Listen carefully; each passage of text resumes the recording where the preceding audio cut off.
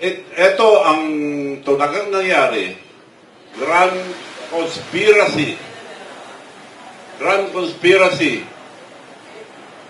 Ginamit pati ICC. Ipapaliwanag ko po lahat.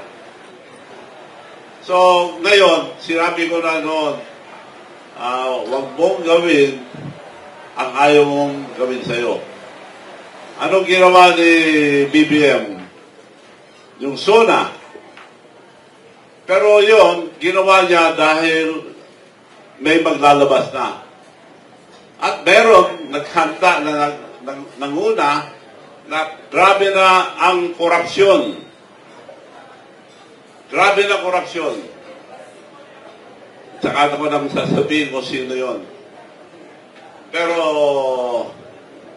sabi, ang presidente lang ang makakapaghinto. So yun lang ginawa SONA. Nung SONA, mahiya naman kayo. Nag-umpisa na magturo. Dapat kako, mahiya tayo dahil kasama siya eh.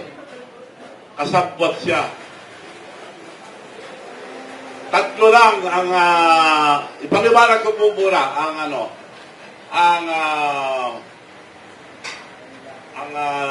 ito po lahat yung budget GAA. Paliwanag ko muna yung paano nangyari.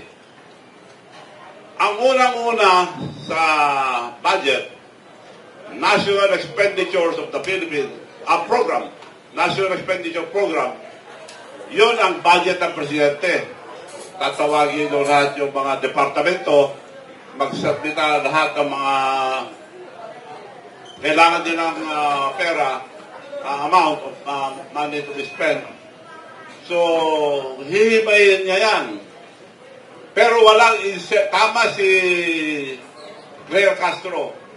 Ba't siya maglalagay dyan sa GA? Pwede naman ilagay sa NEP. Tama siya. Hindi talaga nilagay sa national expenditure dahil maraming makakakita yan, maraming tao. Lahat ng departamento. So, malinis yun, ipapasa ngayon sa Congress. Hihimayin yan, nandun na yung mga ibang insertion. Then, sa Senate, nandun na rin yung mga dagdag bawas. Then, pagkukumpara yung dalawa, yun nga ang BICAM. Yung BICAM, kukunti na lang sila doon nakakaalam. Yun nga nagsasaksak mga insertion. Ang utos ni Presidente, 100 billion isaksak doon sa BICAM. So, pag nandun na yung BICAM na isaksak na lahat yung bilin niya, pero yung NEP, pinirma niya, siya unang-unang pumirma sa NEP. So, umikot yun. Pangalawa, pagkatapos sa BICAM, pupunta sa Office of the President. Again, doon niya hihibayin at titignan niya yung mga insertion doon na sinabi niya na nandun. At bago niya pirmahan, scrutinize niya yan. Baka may makalimutan ako. Reviewed and scrutiny by the President. Yung binigay na GAA ay yung BICAM. So, ang ginawa ang Presidente, tinignan niya mabuti kung nandun yung mga insertion.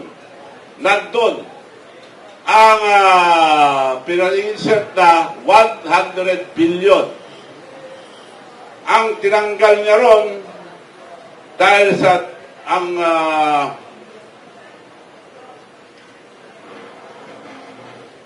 ang tinanggal na niya ron 26 billion. Pero sa public roads and highways, ang tinanggal niya ron na nandun yung mga insertion is 1,500,000 lang. 1,500,000 lang tinanggal niya. So, ang insertion na nandun ay 999 or 99.5. Yung 100 million 1.5 million lang tinanggal niya. So siya nagtanggal sa nung sinabit niya sa kanya. At nagtanggal din ng 26 billion pagpaganda pampalistik. Pero yung insertion, 1,500,000 lang. Naka-record po lahat yan. Para hindi tayo mabudol. Ngayon, ang ginagawa niya, yung tanong mo, binibintangan niya lahat, pinabintangan niya lahat, huwag lang umabot sa kanya. Wala nang katapusan yan, ibibitawan niya lahat yan. Ang dami lang binanggit ni Saldico. O, tinanggal na naman si Persamin, pangandaman sa Tinoro Saldico. Bakit hindi niya magalaw-galaw si Speaker Mitra? Ay,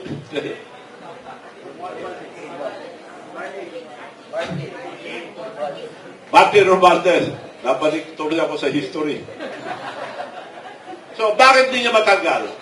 Bakit? Ang liwanag. Kakot tatlo yan eh. O nagtuturuan na. Yun na yung nangyayari sa loob. Nagtuturuan na. Si Martin, hindi, yan na lang ang tinuturong presidente. I dare the president to investigate the speaker, Martin Romualdez. Pinsang buo niya eh. Kasama siya eh. Damay siya kung ituturo niya. Kung ituturo rin niya yung mastermind. So, paano? Hindi masosolve ang gobyerno to dahil ang problema sila. Sila ang problema. Sila ang gumawa. Paano nyo na masosolve yan?